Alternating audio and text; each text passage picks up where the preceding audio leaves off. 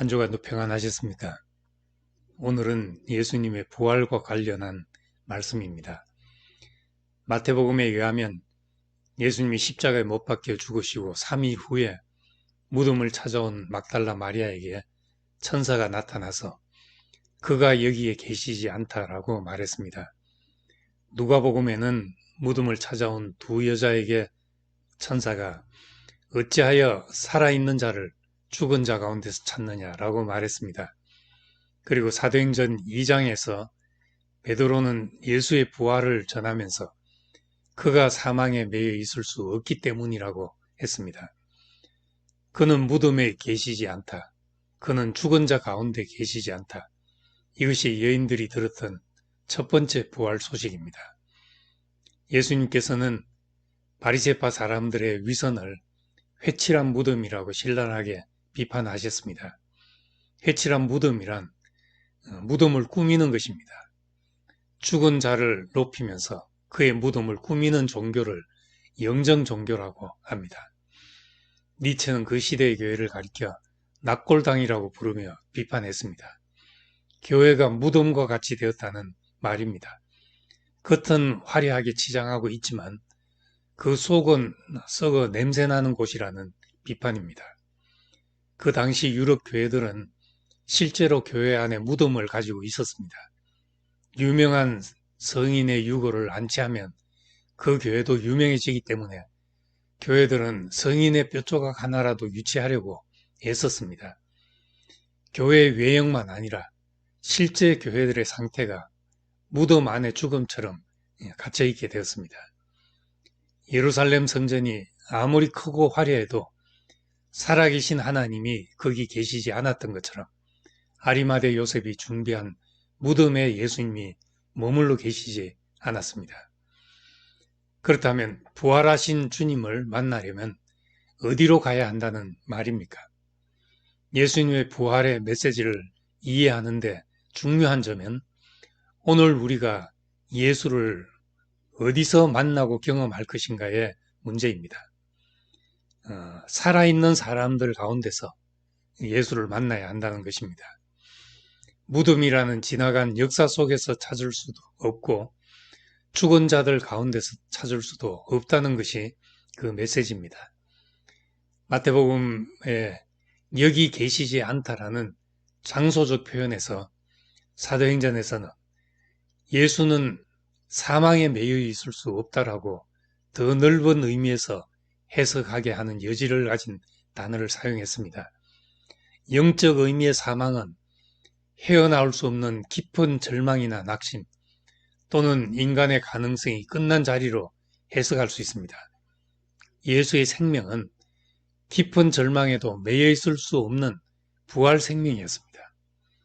고린도 후서에 바울이 표현한 것에 따르면 사망이라는 것은 모든 일이 막히고 환란으로 공경에 처하며 박해받고 넘어뜨림을 당하는 상황입니다. 바울은 이런 일들을 겪는 것이 예수의 죽음을 짊어지고 사는 것이라고 말했습니다. 예수의 죽음을 짊어짐으로써 예수의 생명 또한 우리의 죽을 몸에 나타나게 하려는 것이라고 했습니다. 빌립보서에서는 내가 바라는 것은 그리스도를 알고 그분의 부활의 능력을 깨닫고 그분의 고난에 동참하여 그분의 죽으심을 본받는 것입니다.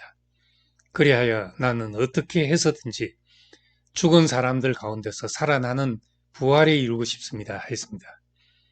우리가 겪는 불행과 고통을 십자가의 고난과 죽음에 동일시해서 이해하는 말씀입니다. 예수의 죽으심을 본받는 일은 죽은 사람 가운데서 살아나는 부활의 경험을 포함합니다. 몸이 죽었다가 몸이 다시 사는 일은 누구도 경험해보지 못했습니다.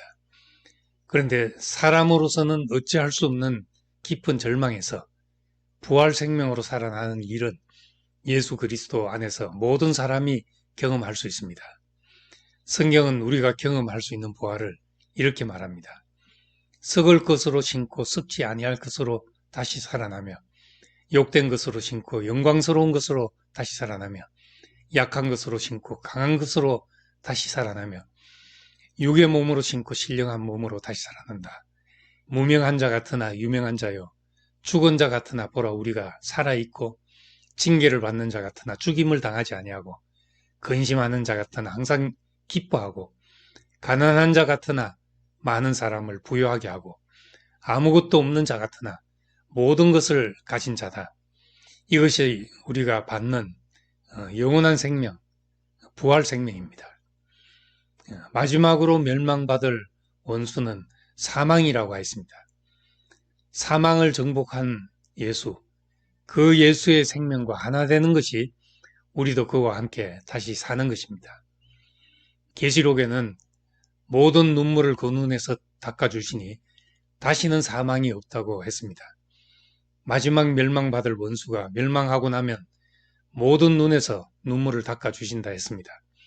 우리를 슬프게 하고 아프게 하고 울게 하는 사망에서 승리하는 것이 우리가 경험하는 부활입니다.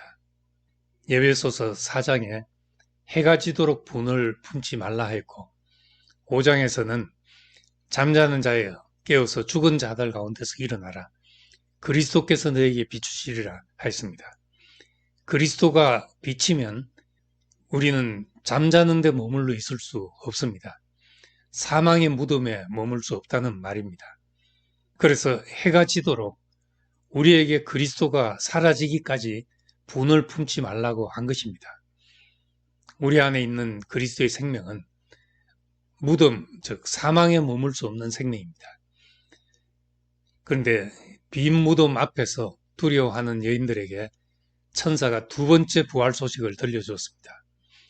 그는 제자들보다 먼저 갈릴리로 가실 것이니 그들은 갈릴리에서 그를 볼 것이다. 이것이 부활의 아침에 여인들이 들었던 두 번째 소식입니다.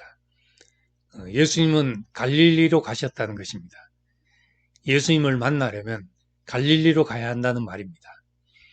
왜 예루살렘이 아닌 갈릴리인가?